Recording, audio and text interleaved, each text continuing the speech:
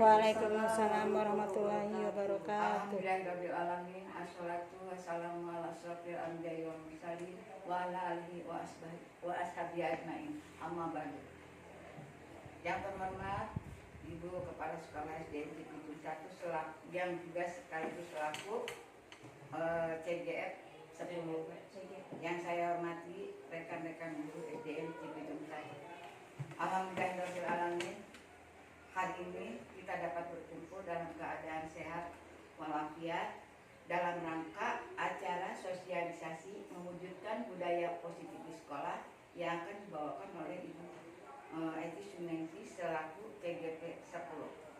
Adapun acara yang akan kita laksanakan adalah satu pembukaan, kedua menyanyikan lagu Indonesia Raya, ketiga presentasi oleh Ibu Eti selaku CGP 10, yang keempat tanya jawab, dan ke-10 penutupan doa.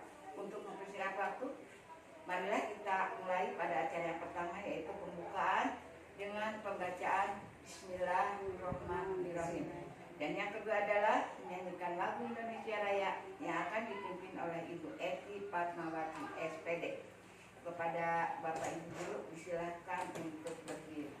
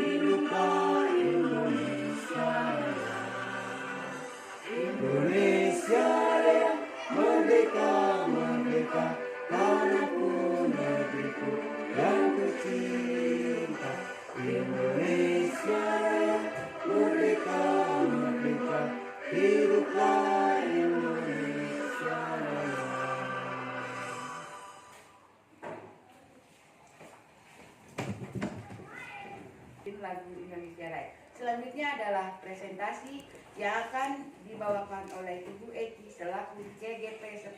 Kepada beliau waktu dan tempat kami persilakan. Bismillahirrahmanirrahim. Assalamualaikum warahmatullahi wabarakatuh. Waalaikumsalam. Amin. Wabillahi nasta'in ala umuri dunya wadin wa ala alihi amma ba'du. Rabbi sholli wa yassiri amri wa hlul 'uqdatam min lisani yafqahu qawli. Yang saya hormati rekan-rekan guru SDN Cipinang 1. Yang pertama dan utama tentunya mari kita menyatakan rasa syukur kehadirat Rabbi yang mana telah memberikan nikmat kepada kita sekalian, khususnya nikmat iman wal Islam, nikmat sehat walafiat, sehingga pada siang hari yang berbahagia ini kita dapat berkumpul berwajah di ruangan kantor SDN Cipinang 1 ini dalam acara sosialisasi budaya positif di sekolah. Sholawat dan salam bila senantiasa kita curah limpahkan kehadiran paduka alam Nabi Muhammad SAW kepada keluarganya, kepada sahabatnya, mudah-mudahan sampai kepada kita sekalian yang mudah-mudahan kelak kita mendapatkan syafaatul uzma. Baiklah rekan-rekan yang berbahagia, pada kesempatan yang berbahagia ini saya akan mensosialisasikan budaya positif yang akan kita wujudkan di sekolah kita tercinta SDN Cipinang 1. Baiklah, yang pertama saya akan membahas pengertian dari budaya positif. Barangkali ada rekan-rekan yang sudah mengetahui apa artinya budaya positif. Oke, budaya positif adalah segala sesuatu, nilai-nilai, kebiasaan-kebiasaan yang baik yang berpusat kepada murid yang mudah-mudahan itu menjadikan suatu kebiasaan yang akan terwujud yang untuk memperbaiki perilaku siswa-siswi di sekolah kita. Kemudian tentunya semua itu berkat peran daripada Bapak Ibu Guru yang membimbing putra-putri kita sekalian sehingga menerapkan budaya positif di sekolah yang kemudian juga setelah di sekolah akan diterapkan di lingkungan rumah dan masyarakat. Baiklah, selanjutnya saya akan budaya positif yang meliputi yang pertama yaitu disiplin positif dan nilai kebajikan. Pertama, disiplin positif dan nilai kebajikan Universitas perubahan paradigma belajar. Yang kedua, teori motivasi. Yang ketiga, keyakinan kelas. Yang keempat, kebutuhan dasar manusia dan dunia berkualitas. Yang kelima, restitusi, yaitu 5 posisi kontrol. Yang keenam, restitusi segitiga positif. Disiplin yang pertama, disiplin positif dan nilai-nilai kebajikan universal. Apa sih disiplin positif? Disiplin positif yaitu seseorang yang memiliki disiplin. Berarti dirinya memiliki rasa tanggung jawab terhadap apa yang. Baik teman-teman, ini ada contoh penerapan implementasi. Yang pertama, contoh disiplin positif, yaitu untuk siswa datang tepat waktu, kemudian menjaga kebersihan, memakai seragam. Untuk nilai-nilai kebajikan universalnya, kejujuran, tanggung jawab, dan gotong royong. Kita bergerak dulu supaya ngantuknya hilang. Ayo, ibu-ibu dimohon berdiri. Ya, Bapak. Dan ikutin saya ya. Saya bilang tepuk semangat berarti tek tek tek se, tek tek ma. Nah, semangat, biar semangat. Oke, siap? 1, 2, 3. Se, ma, nah, semangat. Ya. Ada lagu yang bisa dipakai di kelas ya. Untuk anak-anak nanti kalau lagi bete, kita bisa bergerak tangannya. Baik teman-teman, ini ada contoh penerapan implementasi. Yang pertama, contoh disiplin positif. Yaitu ada Bu Yuli atau Bu Winda nih, mau ngasih ice breaking biar kita semangat lagi nih. Mama. Masih banyak soalnya nih. Ayo silakan Bu Winda. Ya, ikut deh. Ayo. Ayo ibu-ibu biar ngantuknya hilang, kita berdiri. Itu budaya positif ya. Ya, siap. Berdiri nggak nih? Ya, berdiri boleh. Oke. Ini yang profil pelajar Pancasila kan K5. Yang tadi sudah dibahas di nilai kebajikan. Pelajar Pancasila beriman dan bertakwa pada Tuhan Yang Esa dan berakhlak mulia, berkebinekaan global, gotong royong mandiri, kreatif dan bernalar kritis. Tapi sambil jaket ya. Oke, ayo. Pelajar Pancasila beriman dan bertakwa pada Tuhan Yang Esa dan berakhlak mulia, berkebinekaan global, gotong royong mandiri, kreatif dan bernalar kritis. Nah, kayak gitu Pak Maman, sip. Pak Maman di depan. Ayo Pak Maman di depan ya. Ayo Pak Maman di depan. Bareng saya. Ayo. Ayo Pak. Ayo Pak. Lagi Oke, kita mulai. 1, 2, 3. Pelajar Pancasila beriman dan bertakwa pada Tuhan Yang Esa dan berakhlak mulia, berkebinekaan global, gotong royong mandiri, kreatif dan bernalar kritis. Terima kasih Oke, kita lanjut penerapan implementasi contoh datang tepat waktu, menjaga kebersihan, memakai seragam. Kemudian untuk nilai-nilai kebajikan universal ada kejujuran, tanggung jawab, dan gotong royong. Lanjut. Terlihat.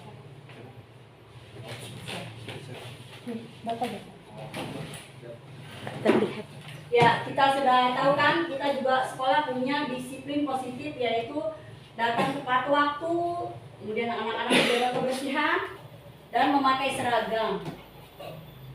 Nah, ini ada sedikit respon ya dari siswa tentang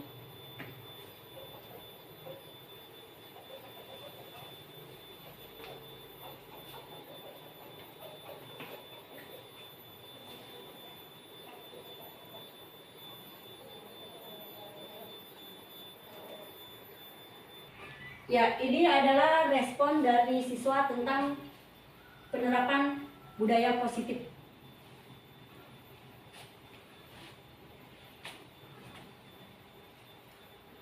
Kemudian refleksi rencana ke depan. Banyak hal baik dari nilai kebajikan yang sudah terlaksana seperti sopan santun, tanggung jawab sebagai seorang guru. Saya akan lebih menuntun siswa dalam menerapkan disiplin positif dan nilai-nilai kebajikan dengan memberikan contoh dan penerapan budaya positif di sekolah. Contohnya mungkin kita dulu ya, dari kita sebagai guru, ketika datang kita melakukan 5S, sapa, salam, senyum, sopan, dan santun sebagai suri teladan atau contoh kepada anak-anak kita. Mudah-mudahan anak-anak kita akan juga tetap menerapkan S5 ini, 5S ini. Kemudian juga ketika kita berjumpa, kita bersalaman, kita mengucapkan salam ya, itu akan kita biasakan, kita jadikan contoh kepada anak-anak. Kemudian budaya atau konsep budaya positif lanjut meliputi teori motivasi, hukuman, dan penghargaan serta restitusi. Nah, yang pertama, teori motivasi dari Ziana Gusin. Yang pertama, untuk menghindari ketidaknyamanan atau hukuman. Yang kedua, untuk mendapatkan imbalan atau penghargaan dari orang lain. Yang ketiga, untuk menjadi orang yang mereka inginkan dan menghargai diri sendiri dengan nilai-nilai yang mereka percaya. Ya, menurut teori motivasi, bahwa anak-anak itu menghindari ketidaknyamanan dan hukuman. Seperti kita diketahui di sekolah, mungkin Bapak Ibu guru juga sering melakukan, apabila anak tidak mengerjakan PR atau mengerjakan tugas, maka kita seringnya melakukan hukuman. Kemudian untuk mendapatkan imbalan, barangkali Bapak Ibu guru juga sering sekali memberikan nilai atau hadiah-hadiah reward lainnya kepada anak-anak yang berprestasi di kelasnya. Kemudian untuk menjadi orang yang mereka inginkan dan mereka inginkan untuk menghargai diri sendiri. Ya, pada dasarnya kita berbuat baik itu adalah bentuk penghargaan pada diri sendiri. Kemudian menurut teori hukuman, bahwa hukuman itu bersifat tidak terencana atau tiba-tiba. Barangkali Bapak Ibu guru juga sering tidak merencanakan hukuman apa-apa, tiba-tiba anak datang terlambat. Akhirnya bagaimana untuk anak ini tidak melakukan kesalahan lagi? Akhirnya kita memberikan hukuman, misalnya dengan lari keliling lapangan atau membersihkan WC. Kemudian hukuman itu bersifat satu arah dari pihak guru yang memberikan, dan murid hanya menerima suatu hukuman tanpa melalui suatu kesepakatan atau pengarahan dari pihak guru, baik sebelum atau sesudahnya. Ujuk-ujuk aja anak terlambat. Kenapa kamu terlambat? Kita tidak mau mengetahui alasannya apapun. Pokoknya kamu harus keliling lapangan. Itu sifat hukuman. Kemudian bisa berupa fisik maupun psikis. Anak disakiti oleh perbuatan atau perkataan. Kalau zaman dulu, zaman kita sekolah ya, di tahun 80-an, saya di SMP, sering sekali guru melakukan hukuman berupa fisik. Saya masih punya pengalaman guru bahasa Inggris saya, apabila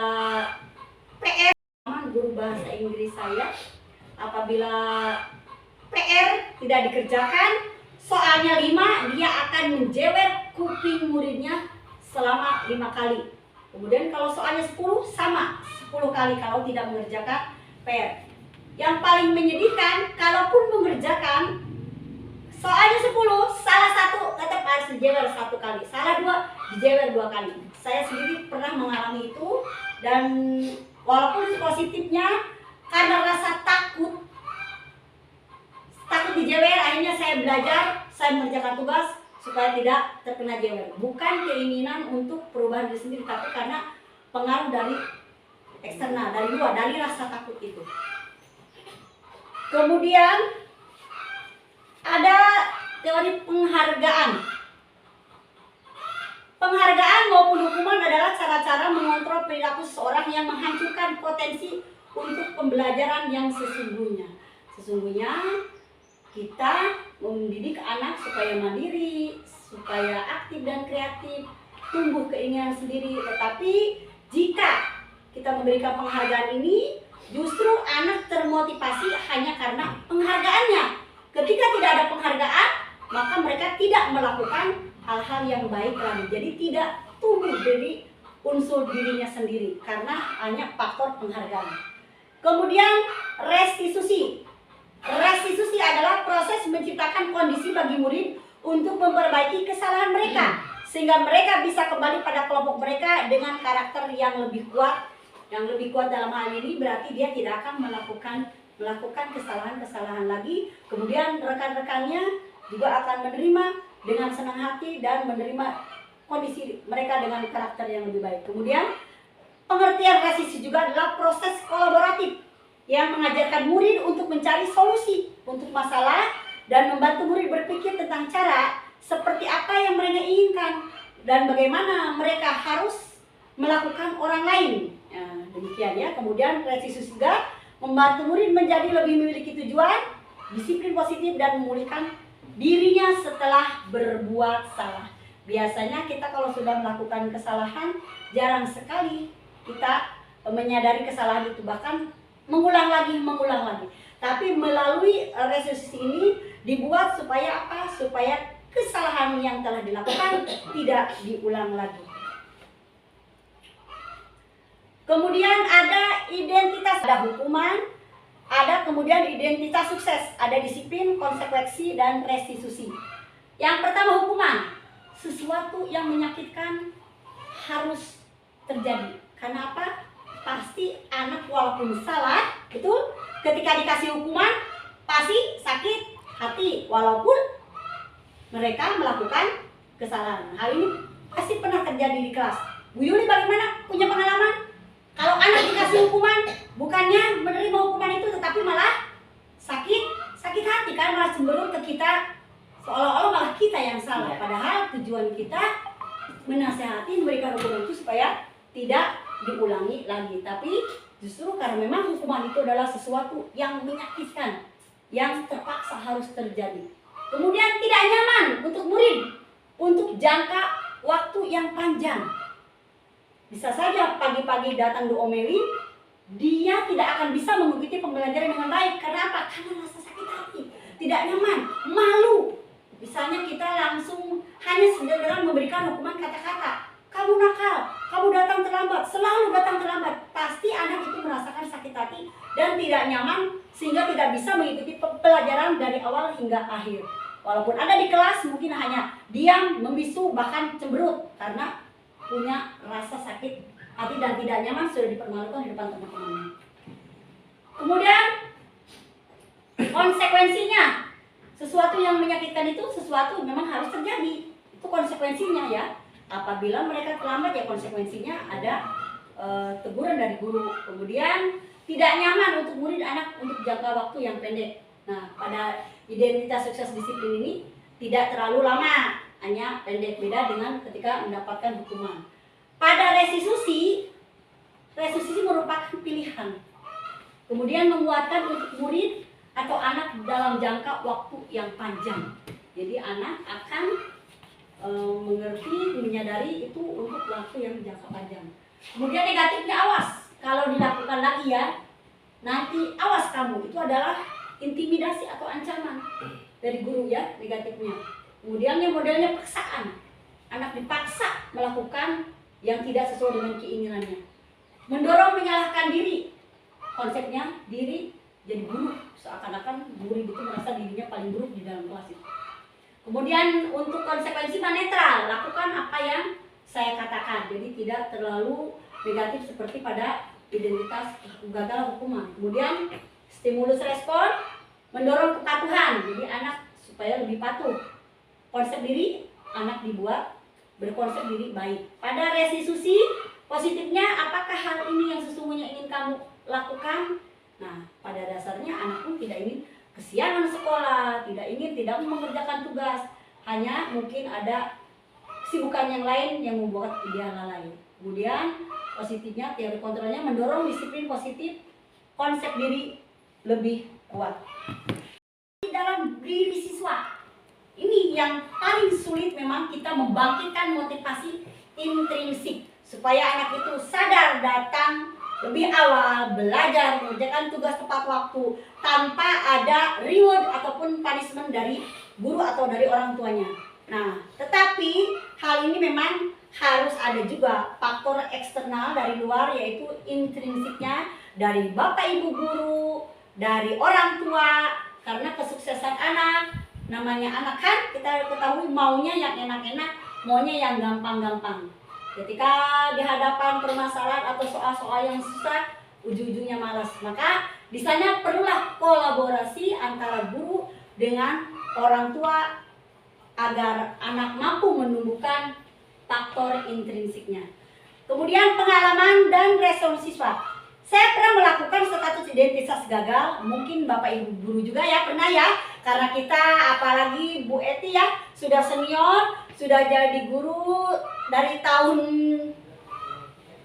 sudah mengalami pergantian murid dengan berbagai karakter. Pasti dengan sendirinya kita sudah melakukan identitas gagal, identitas sukses. Apalagi Ibu Yuli ya, sudah berapa tahun ngajar di kelas 1 dan kelas 2.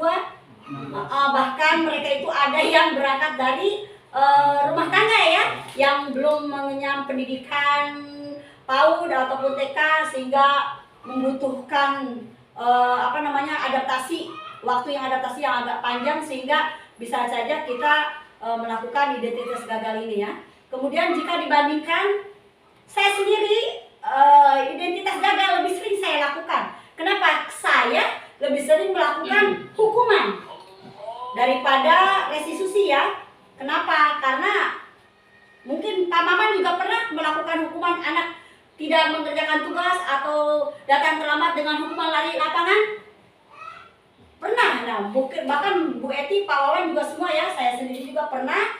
Saya dulu itu pernah nyuruh anak yang jongkok, Spot jam. Seperti itu ya. Pasti kita semua sudah pernah melakukan status identitas gagal ini ya, baik melakukan hukuman dengan fisik maupun dengan kata-kata.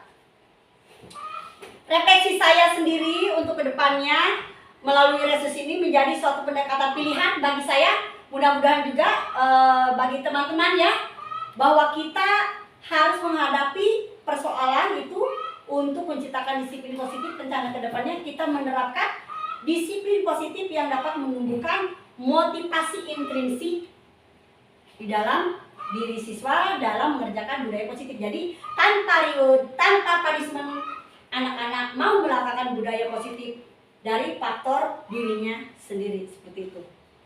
Kemudian ada keyakinan kelas, merupakan konsep dari budaya positif. Mengapa sih kita harus membuat keyakinan kelas? Seseorang akan lebih tergerak dan bersemangat untuk menjalankan keyakinannya daripada hanya sekedar mengikuti rangkaian peraturan yang terkesan berpihak. Nah, keyakinan seorang akan lebih memotivasi dirinya sendiri untuk menjalankan budaya positif. Nah, contoh pembuatan keyakinan kelas dari kreatif. Setiap anggota kelas mengeluarkan ide atau gagasannya dalam setiap pembelajaran. Jadi bukan hanya dari gurunya, tapi ide tersebut dari anak-anak. Jadi anak-anak dengan bu guru berdiskusi untuk menentukan keyakinan kelas. Kemudian yang berakhlak mulia, setiap bertemu dengan guru bersalaman atau bertemu dengan rekan saling menyapa, seperti itu. Untuk bentuk tanggung jawab, setiap anggota kelas harus menjaga barang milik sendiri dan fasilitas yang ada di dalam kelas. Hormat dan santun setiap anggota kelas, membudayakan salam, sapa, senyum, sopan dan santun setiap bertemu dengan guru ataupun dengan rekan sekolah. Dan setiap siswa juga harus percaya diri. Setiap anggota kelas berhak untuk memimpin kegiatan secara bergantian, maju ke depan, misalnya presentasi, hasil kerja kelompok. Jadi anak diusahakan untuk tampil dengan percaya diri. Kemudian mandiri. Setiap anggota kelas harus melakukan tugasnya masing-masing. Apabila ada ulangan harian, mereka harus kerja sendiri, tidak boleh nyontek. Nah, ini ya pemajangan kelas, kebetulan di kelas 6 keyakinan kelasnya sudah dipajang di kelas. Kemudian refleksi ke depannya, keyakinan kelas ini penting untuk dilakukan melatih budaya positif di sekolah. Rencana ke depannya, kalau saya dengan siswa-siswa saya akan meninjau ulang keyakinan kelas secara berkala agar disesuaikan dengan kebutuhan kelas atau kebutuhan sekolah. Nah, kemudian ada konsep budaya positif selanjutnya, itulah kebutuhan dasar manusia dan dunia berkualitas. 5 kebutuhan. Nah, kebutuhan Bu Eti, kebutuhan Bu Yuli, kebutuhan Bu Winda, dan saya sendiri pada dasarnya sama. Yang pertama adalah kebutuhan untuk bertahan hidup. Contohnya apa? Makan, minum, istirahat, menikah, mempunyai rumah, memiliki kendaraan, semua itu adalah kebutuhan untuk bertahan hidup. Kemudian kebutuhan kasih sayang dan rasa diterima. Alhamdulillah saya datang ke Cipicung 1 diterima baik oleh rekan-rekan guru. Nah, itu adalah merupakan kebutuhan saya, karena kebutuhan saya dan kebutuhan ibu sama. Kita semua memiliki kebutuhan kasih sayang dan diterima di lingkungan masyarakat, diterima di lingkungan sekolah, diterima juga di lingkungan rumah. Kita juga saling kasih sayang kepada anak, kepada suami, kepada orang tua. Itulah, karena itulah merupakan kebutuhan kita sebagai manusia. Kemudian kita juga memiliki kebutuhan kebebasan.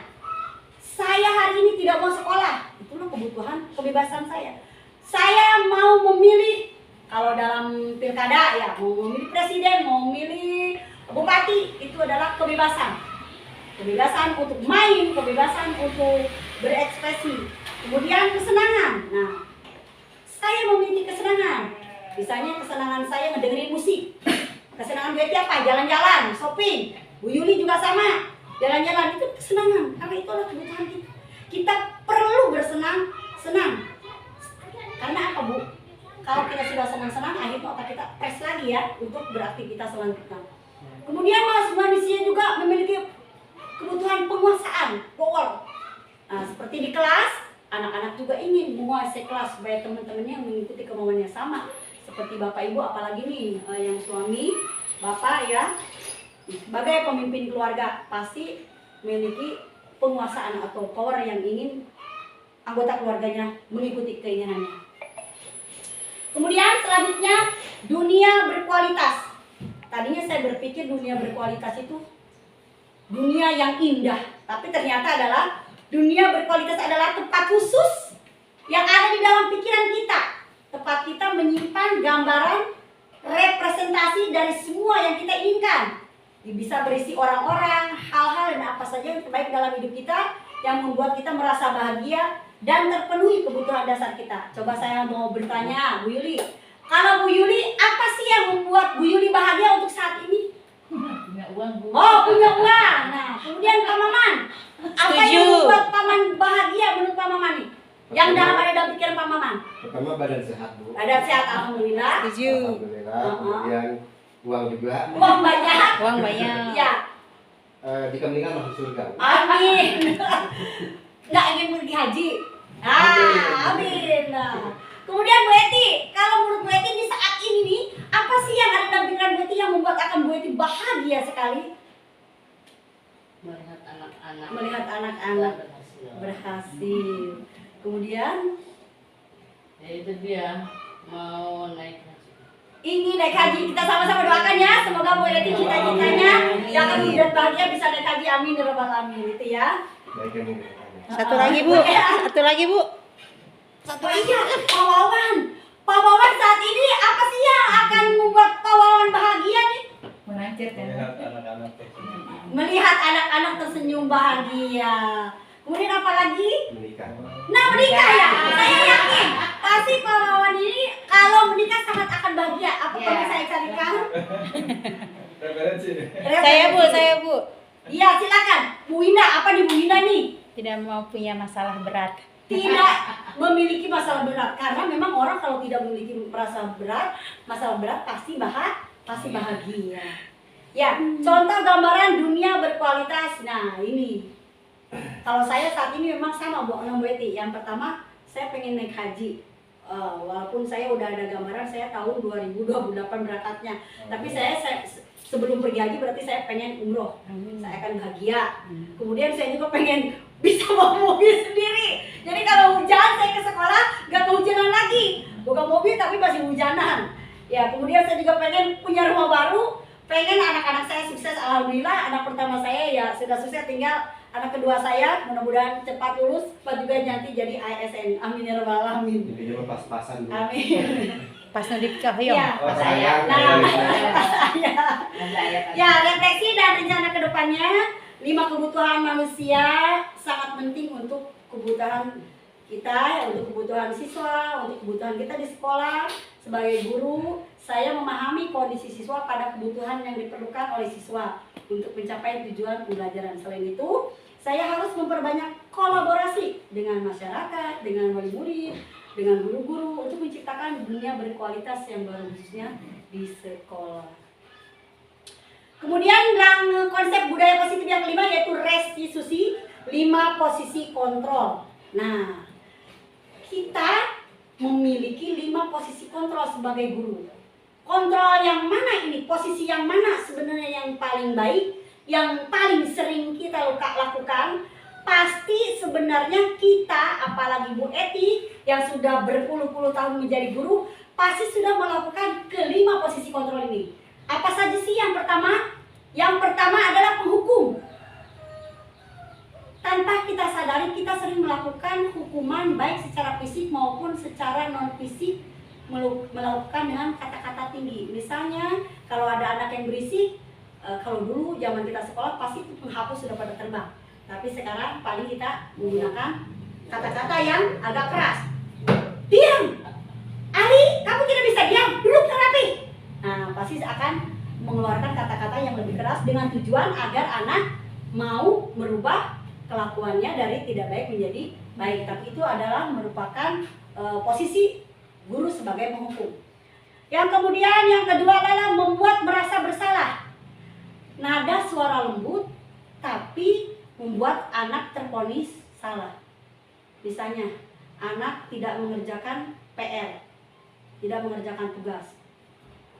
Suaranya tidak keras seperti jadi penghukum, tapi membuat anak merasa bersalah. Apa yang kamu inginkan? Kamu tidak malu tidak mengerjakan PR. Walaupun kata-katanya lembut, tapi kata-katanya menusuk, membuat anak merasa bersalah. Kemudian posisi sebagai teman, ramah, akrab, dan bercanda. Bahasanya tubuhnya merapat. Emang kenapa sih kamu tidak membuat PR? Seperti itu misalnya ya. Bahasanya bercanda. Awas kamu kalau mau buat PR lagi, nanti nggak ibu kasih nilai gitu kan. Sebagai teman, bagus. Anak tidak merasa tersakiti, tetapi dengan sendirinya anak jadi tidak ada wibawa ya kepada guru. Jadi melunjak atau songong bahasa Sunda namanya. Posisi yang keempat yaitu sebagai pemantau, nadanya suara datar, bahasa tubuh yang formal. Nah, kemudian yang terakhir yang manajer, nada suaranya tulus, bahasa tubuh yang tidak kaku, mendekat ke murid tapi membuat murid menyadari kekeliruannya tanpa merasa tersakiti. Itu posisi yang terbaik adalah posisi sebagai manajer. Kita lanjut. Nah, ini ada contoh-contoh video ya. Bagaimana posisi guru ketika menjadi seorang penghukum. pemantau, manajer, dan sebagai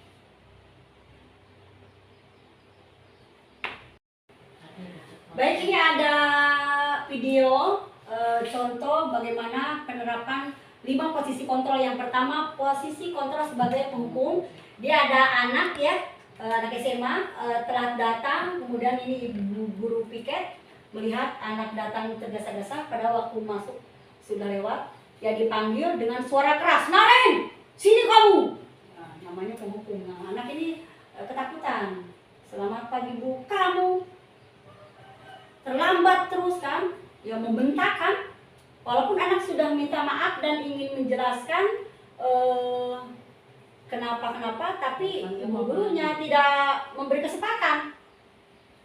Malas sekali, langsung menghakimi anak dan menyebut anak dengan malas, "Dasar pemalas, gak kapok-kapok sih kamu," dengan suara masih bernada tinggi. Sudah berapa kali, dan kemudian anak dihukum suruh keliling lapangan walaupun tidak ada korelasinya dengan keterlambatan dia. Nah, kenapa harus anak nyaut, kenapa saya harus keliling lapangan? Malah tambah marah. Guru dengan suara keras mengatakan bahwa anak ini melawan, ya. Tujuannya supaya tidak kapok. Anak disuruh lari supaya tidak kapok. Ini sebagai posisi sebagai penghukum. Mungkin Bapak Ibu juga pernah ya, dengan kata-kata yang keras, yang membentak, kemudian menunjuk-menunjuk, bahkan memberi hukuman fisik. Jadi ini melakukan hukuman fisik dan non fisik. Kasihan sekali ya ini si Naren. Apa dampaknya? Murid menjadi pendendam, tidak menyikir gurunya, bahkan pelajarannya. Kemudian yang kedua, posisi pembuat merasa bersalah. Nah, ini masih ya video si Naren yang datang terlambat. Kali ini ibu guru piket tidak membentak, tapi suaranya lebih halus, memanggil Naren, ya anak, "Selamat pagi Bu Guru," seperti biasa. Nah, kata-katanya, "Kamu kenapa terlambat lagi nak?" Tidak sekeras tadi ketika menjadi posisi sebagai penghukum. "Senang ya bikin Ibu susah. Nah, kalau kamu terlambat, nanti Ibu yang ditegur Bapak Kepala Sekolah. Nanti Ibu," katanya, "yang disalahkan." Seperti itu ya sebagai guru piket. Aduh, gimana sih kamu ini? Tidak membentak tetapi membuat anak merasa bersalah. "Duh Gusti, kamu ini kalau sudah Ibu tegur, nanti kalau Ibu tegur Bapak Kepala Sekolah bagaimana? Nah, terus sekarang Ibu harus tulis apa di absen kamu?" Nah, kalau di SMA itu yang absen itu guru piketnya, "Kamu sudah sering terlambat tapi kamu mengulang-mengulang terus." Ya seperti ini ya, posisi sebagai membuat rasa bersalah. Jadi anak benar-benar dibuat merasa bersalah dan malu. Seperti itu ya. Walaupun akhirnya guru mempersilahkan murid untuk masuk ke kelas.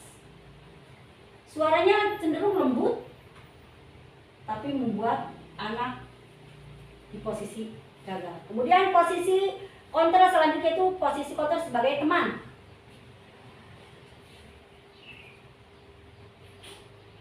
Nah, ini suaranya lembut,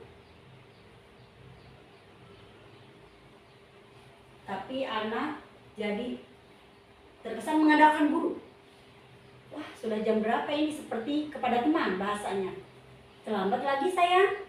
Nah, saya katanya terlambat karena ibunya tidak membangunkan. "Nih, kamu malah menyalahkan ibu kamu." Bahasanya seperti kepada teman, sehingga anak cengengesan. Tidak ada rasa hormat dan santun kepada guru, karena guru memposisikan sebagai teman. Walaupun ini tidak berefek dendam, tetapi justru menghilangkan rasa tanggung jawab dan empati murid terhadap guru. Seolah-olah tenang saja, nanti juga akan diabsen baik, seperti itu ya. Tidak ada hukuman, tidak ada teguran, hanya berkesan sebagai seorang teman. Ya, seperti itu. Kemudian, nah, posisi sebagai teman itu murid akan bergantung kepada satu orang. Kemudian tidak mandiri dan tidak bisa berpikir untuk diri sendiri, sehingga di waktu bisa seenaknya karena berpikir gurunya juga sebagai temannya. Itu posisi selanjutnya itu posisi sebagai pemantau. Suara datar ya, seperti biasa dipanggil narennya.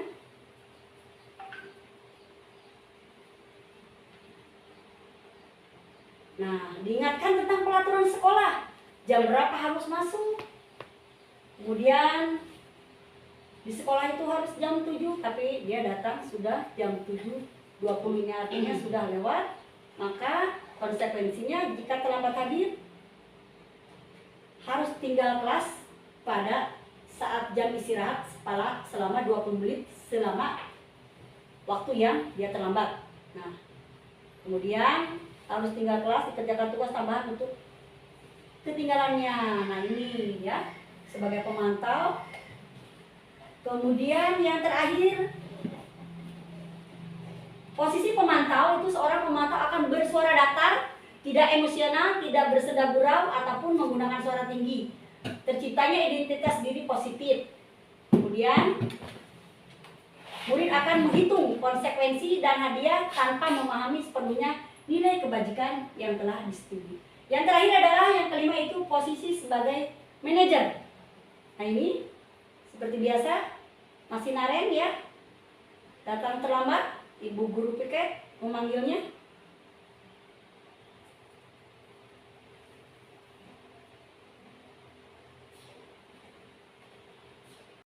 Sausnya tumpah ke tas Aulia. Aulia sangat marah karena tasnya kotor. Dan akhirnya setelah dipanggil oleh ibu guru melalui tahapan segitiga restitusi, akhirnya Aulia bisa memaafkan kesalahan daripada Alfian, sehingga mereka juga melakukan penyelesaian dengan baik. Yaitu Aulia menginginkan Alfian membersihkan tasnya Aulia, dan mereka bahkan membersihkannya secara bersama-sama seperti itu. Saat melakukan segitiga restitusi dengan melakukan posisi kontrol seorang manajer, saya merasa menyesali apa yang selama ini saya lakukan, yaitu kebanyakan saya melakukan posisi sebagai penghukum dan mengedepankan emosi dan merasa paling benar dengan saya sendiri. Nah, setelah refleksi ini saya menyadari bahwa saya ternyata menjadi guru itu memang harus up to date. Harus up to date baik dalam pengetahuan maupun strategi-strategi pembelajaran agar peran kita di kelas itu benar-benar berpusat kepada murid, kemudian mengedepankan kepentingan anak, kemudian ilmu-ilmu yang baru juga, pengembangan kompetensi pendidikan dan pelatihan yang bermanfaat untuk kita, kemudian juga untuk anak-anak supaya kita menjadi guru yang benar-benar disukai dan guru-guru yang benar-benar budaya positif di sekolah, yaitu melalui pembiasaan menerapkan disiplin positif, kemudian memahami motivasi perilaku manusia, kemudian membuat keyakinan kelas, menjalankan 5 posisi kontrol, memberikan perhatian kepada kebutuhan dasar anak, menggunakan segitiga restitusi dalam menyelesaikan permasalahan-permasalahan di sekolah. Saya menyadari bahwa selama ini saya berpikir salah. Saya setiap menangani masalah siswa sering melakukan sebagai posisi sebagai penghukum dan pembuat rasa bersalah. Kemudian setelah mempelajari modul ini, saya ingin berproses menjadi guru yang berposisi sebagai manajer dan selalu menggunakan segitiga restitusi dalam menyelesaikan berbagai masalah yang ada di sekolah. Nah, peran saya sebagai guru dan menciptakan budaya positif diawali dengan memahami tujuan pendidikan berdasarkan filosofi Ki Hajar Dewantara, bahwa pendidikan adalah menuntun dengan memberi teladan yang baik pada budaya positif dilaksanakan dengan penuh keyakinan sesuai dengan nilai dan peraihnya, serta merancang perubahan ke arah yang lebih baik atau yang lebih positif. Demikian sosialisasi saya mengenai budaya positif. Mudah-mudahan saya pribadi dapat melaksanakan budaya positif, dapat menerapkan budaya positif di sekolah kita, dan juga mudah-mudahan setelah dapat sosialisasi tentang budaya positif ini, rekan-rekan juga akan berintrospeksi tentang posisi kontrol kita di sekolah. Mudah-mudahan kita akan dapat melaksanakan posisi kontrol sebagai manajer, kemudian akan selalu menggunakan segitiga restitusi dalam menyelesaikan permasalahan yang ada di sekolah. Demikian, terima kasih atas perhatian dan bantuannya saya ucapkan. Mohon maaf apabila ada penyampaian materi ini ada yang kurang dipahami. Terima kasih atas perhatiannya. Saya akhiri dengan wassalamualaikum warahmatullahi wabarakatuh. Waalaikumsalam warahmatullahi wabarakatuh. Ibu Eti Suningsih MPD yang telah menyampaikan sosialisasinya, dan mudah-mudahan apa yang beliau sampaikan bisa menjadi ilmu buat kita semua ya, sehingga kita juga bisa berubah menjadi lebih baik dengan bantuan dari ini. Selanjutnya adalah acara sesi tanya jawab yang akan dipimpin oleh siapa juga ya. Silakan. Waktu dan Ya, silakan Bapak Ibu guru, barangkali terkait materi budaya positif ada yang mau bertanya, silakan. Secara hukuman atau apapun tetap masih belum menyadari kesalahan juga. Baik Pak, saya akan mencoba menjawab ya. Barangkali nanti juga teman-teman ada yang punya pengalaman menghadapi siswa yang agak ngeyel. Pertama, kita memposisikan sebagai manajer ya.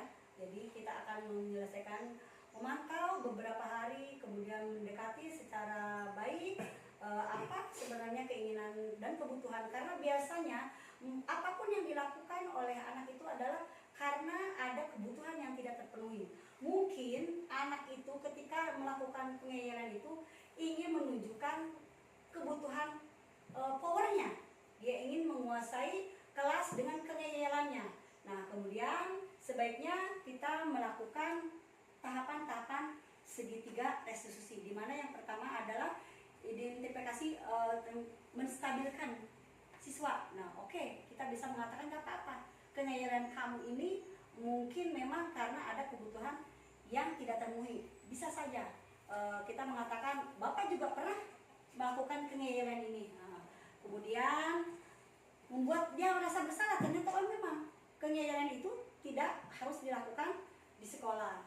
Nah, kemudian yang terakhir adalah mengingatkan keyakinan kelas. Itulah pentingnya sebelum pembelajaran kita membuat kesepakatan keyakinan kelas, supaya anak itu ketika melakukan kesalahan seperti kekeliruan dan pengeyalannya di kelas, kita ingatkan.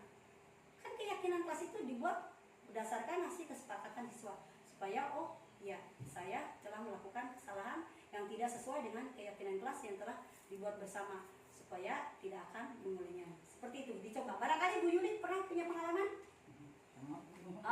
dengan ayah dipanggil, kemudian diingatkan tentang keyakinan kelas, supaya anak itu ingat bahwa memang pengeyalan itu tidak perlu dilakukan lagi. Bagaimana Pak Mamang? Terima kasih Pak Mamang. Ya, barangkali yang lain ada?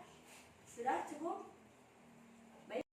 Alhamdulillah, acara demi acara telah kita melewati bersama, dan sekarang adalah acara penutup. Akhirnya kita sampai pada acara penutup. Jadi acara ini kita tutup dengan pembacaan Alhamdulillah. Alhamdulillahirabbil alamin.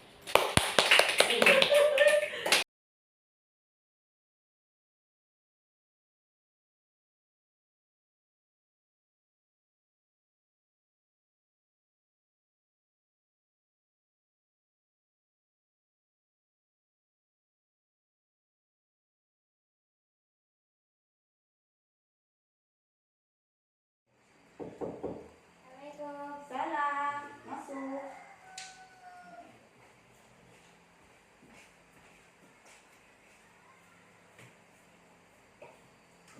Silakan dulu. Begini anak-anak, tadi Ibu dengar laporan dari teman-teman kalian, katanya ada keributan di kelas saat jam istirahat. Benar itu? Ya Bu, saya marah sama Alfian Bu. Kenapa? Tadi pas jam istirahat dia main bola di dalam kelas. Nah terus dia mengenai makanan saya, sausnya tumpah ke tas saya Bu. Oh betul Alfian. Alfian? Benar Bu, tapi saya tidak sengaja Bu. Saya sudah meminta maaf ke Aulia, tetapi Aulia masih bentak-bentak saya Bu. Aulia, ibu juga pernah merasakan apa yang Aulia rasakan, kesal dan pengen marah. Kemudian Alfian, ibu juga pernah merasakan karena kita bukan manusia sempurna, pasti kita pernah melakukan kesalahan. Nah sekarang ibu manggil kalian itu bukan mau mencari siapa yang salah, siapa yang benar, cuma ibu pengen menyelesaikan apa solusi dari permasalahan kalian ini. Ibu kagum pada kalian berdua. Kagum kenapa Bu? Ya Bu, kagum kenapa kami kan membuat kesalahan. Ibu kagum pada kalian berdua, walaupun dalam kondisi marah, Aulia bisa mengendalikan diri dan hanya membentak Alfian. Kemudian, ibu kagum kepada Alfian. Kenapa? Karena Alfian sudah meminta maaf atas kesalahan Alfian walaupun tidak ada yang menyuruhnya. Ya Bu. Kamu patut berbangga pada diri sendiri, Aulia, karena kamu memiliki sifat yang baik. Dan kepada Alfian mau meminta maaf kepada Aulia. Tadinya saya juga mau menumpahkan saus ke tas Alfian. Nah terus tapi saya tahan-tahan Bu.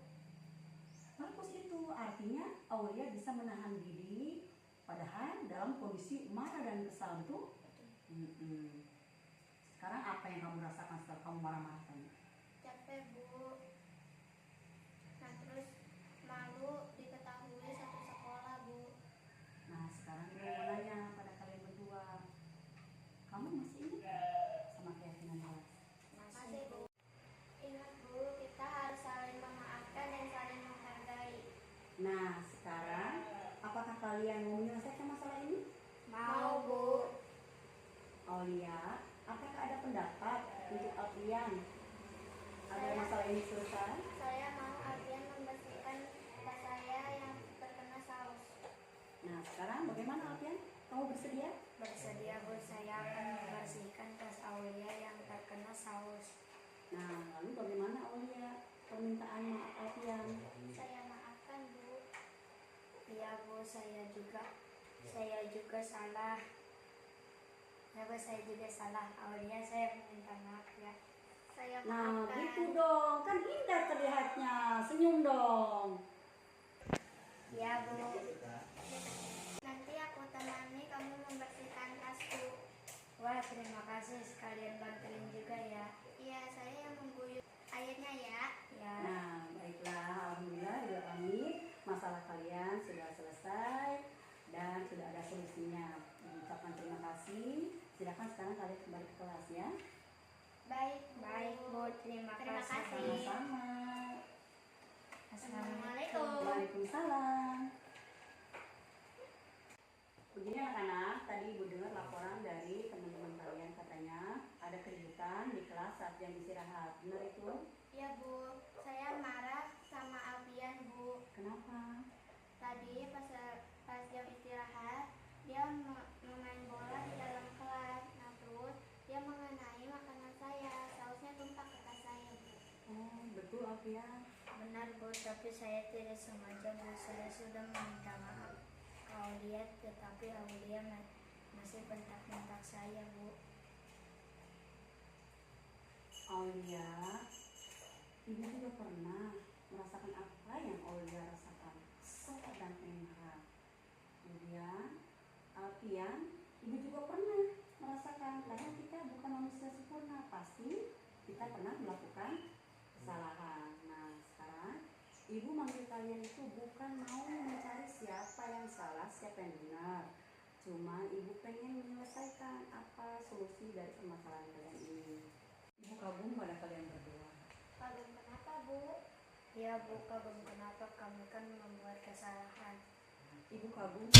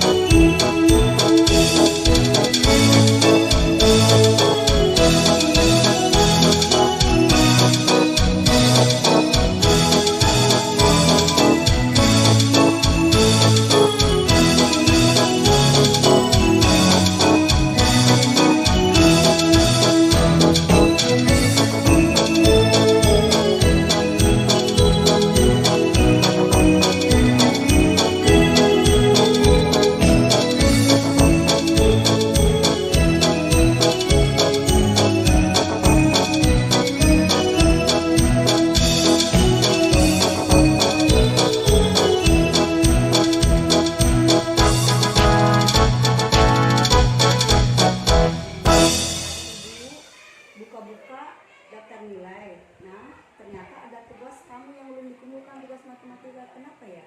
Tugas yang mana ya, Bu? Sebentar saya ingat dulu. Sudah APS apa sebelum ATS ya, Bu? 2 minggu sebelum ATS. Sekarang ATS sudah selesai loh. Iya ya, Bu. Yang tentang menyusun jawaban menjadi kata ya, Bu? Iya. Apakah sekarang udah ngerjainnya? Oh, maaf ya, Bu. Saya lupa. Lupa nggak apa-apa, karena lupa adalah sifat manusiawi. Kita memang manusia yang tidak sempurna. Nah, Ibu mau tanya, apakah kamu mendapat kesulitan untuk mengerjakannya? Enggak sih, Bu. Saya hanya lupa. Mungkin karena saya sedang dalam hobi baru saya. Oh, kamu punya hobi baru. Apa itu? Saya pulang sekolah selalu ini bermain bola voli. Bahkan sampai sore. Bahkan hari libur pun saya bermain bola voli terus. Bagus itu. Hebat. Pasti kamu senang dengan permainan baru kamu itu. Ya, Bu. Saya ingin jadi atlet bola voli. Bagus. Memang kita harus punya hobi supaya kita berkembang. Nah, apalagi kalau kamu masuk klub bola voli, kemampuan kamu pasti lebih berkembang. Ibu doakan ya supaya cita-cita kamu tercapai. Baiklah Rehan, saat ini kamu sedang senang-senang dengan hobi kamu yang baru. Nah, dengan tugas yang telah dikumpulkan, apakah Rehan ingat dengan keyakinan kelas kita? Ingat, Bu, kalau kita harus bertanggung jawab atas kewajiban kita terhadap. Iya ya, Bu. Yang tentang menyusun jawaban menjadi kata ya, Bu? Iya. Apakah sekarang udah ngerjainnya? Oh, maaf ya, Bu. Saya lupa. Lupa nggak apa-apa, Rehan. Karena lupa adalah sifat manusiawi. Kita memang manusia yang tidak sempurna. Nah, Ibu mau tanya, apakah kamu mendapat kesulitan untuk mengerjakannya? Enggak sih, Bu. Saya hanya lupa. Mungkin karena saya sedang dalam hobi baru saya. Oh, kamu punya hobi baru. Apa itu? Saya pulang sekolah selalu ini bermain bola voli. Bahkan sampai sore. Bahkan hari libur pun saya bermain bola voli terus. Bagus itu. Hebat. Pasti kamu senang dengan permainan baru kamu itu. Ya, Bu. Saya ingin jadi atlet bola voli. Bagus. Memang kita harus punya hobi supaya kita berkembang. Nah, apalagi kalau kamu masuk klub bola voli, kemampuan kamu pasti lebih berkembang. Ibu doakan ya supaya cita-cita kamu tercapai. Baiklah Rehan, saat ini kamu sedang senang-senang dengan hobi kamu yang baru. Nah, dengan tugas yang telah dikumpulkan, apakah Rehan ingat dengan keyakinan kelas kita? Ingat, Bu, kalau kita harus bertanggung jawab atas kewajiban kita terhadap.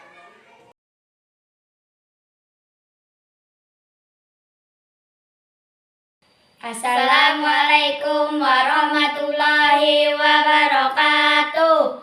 Kami senang diajak diskusi oleh Ibu Eci untuk menyelesaikan masalah kami. Kami juga jadi banyak belajar agar dapat saling memaafkan dan saling menghargai. Cara menyelesaikan membuat kami nyaman, tidak ada marah-marah dan tidak menyudutkan siapapun, dan solusinya pun dapat kami temukan secara bersama-sama. Terima kasih. Assalamualaikum warahmatullahi wabarakatuh. Assalamualaikum warahmatullahi wabarakatuh. Saya Rehan, saya sedang diajak Bu Guru untuk mencari solusi terhadap yang sedang saya alami. Dari pembicaraan kami, saya menjadi punya tujuan dari apa yang saya lakukan. Saya akan melakukan kewajiban saya terlebih dahulu, barulah saya mengerjakan hobi saya. Terima kasih Bu Guru, ini sangat bermanfaat buat saya. Assalamualaikum warahmatullahi wabarakatuh.